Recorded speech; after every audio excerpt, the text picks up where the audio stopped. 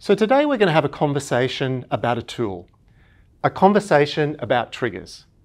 So this is a tool that we can use in our work with people when we're helping them in those normal conversations to identify the types of triggers that are associated with their unplanned substance use. So whether that be external triggers, people, places, things, times, situations, or those internal triggers like emotions. So with this tool, you'll see here at the top of the page a line, and that line is going between 0% chance of using and 100% chance of using. This is visually introducing the idea that triggers exist on a continuum, that continuum runs between, okay, internal and external cues and triggers that at this time in a person's journey are always leading to using, but also introducing the idea of, hey, there's going to be external and internal cues and triggers that don't result in that, or almost never result in people using. So if we were having a conversation with a person we're working with using this tool, we could start anywhere. It's starting to identify cues and triggers that might sit under any of those areas along that continuum. We'd suggest beginning here, however, those things that at that time the person perceives are always, or those things that are 100% triggering. The reason why we suggest beginning at this point is because it's usually the things that people know. It's usually the things that they're very aware of as they've been trying to make change that are getting in the way, that are the barriers. So they're foremost in people's mind. Things that you might commonly hear are things like when it is that I'm spending time with different people or different groups. It might be things like payday acting as a cue or a trigger, having the money in the pocket, or it could be things that when I'm stressed or after an argument. So those types of things are often very identifiable, that clients are aware of when we're first having this conversation. From there, we would suggest introducing this idea of, hey, are there external cues or triggers? So people, places, things, situations that don't result in your using that are currently that are happening for you, that are in your life. Are there emotional states that you can be in that, again, very unlikely or never result in you using? So starting to identify this information. Now, don't be surprised that we might end up with, hey, a whole lot more things over here, and maybe only one or two or a few things here.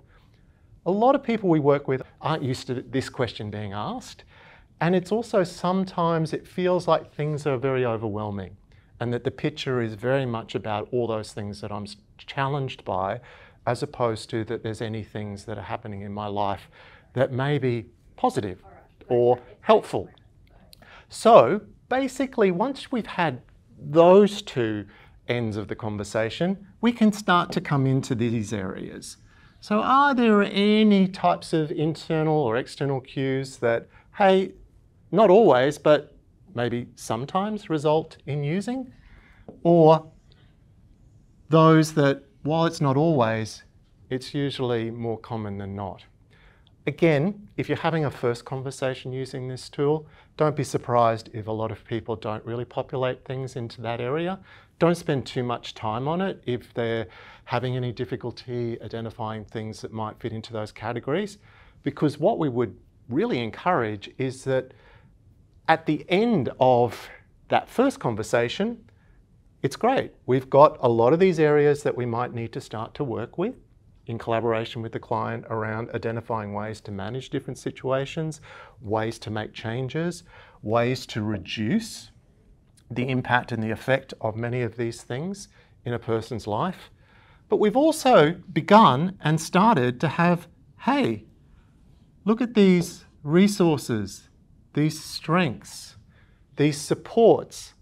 How can we start to build and increase those so that the experience for the person is that, hey, how do I start to spend more time in those areas or in those situations or with those people that are safer for me?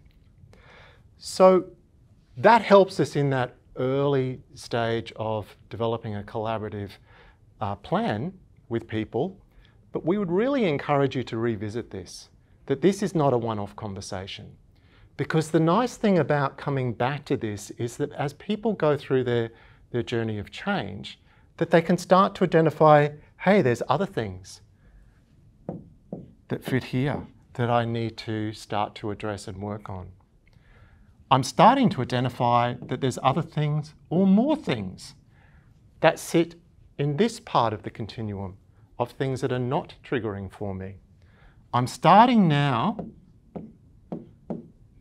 to identify things here, or some of the things from this area might be starting to move into, hey, it's not always. It's still a challenge. There's still difficulties here, but it's not always, which is a powerful thing for people to be able to identify the dynamic nature of triggers. And by having this conversation, by visually showing this as a tool, seeing how things move and shift over time can be incredibly helpful for people who are on that journey of change. So this is a tool that's available on the Insight website for you to download. So give it a go.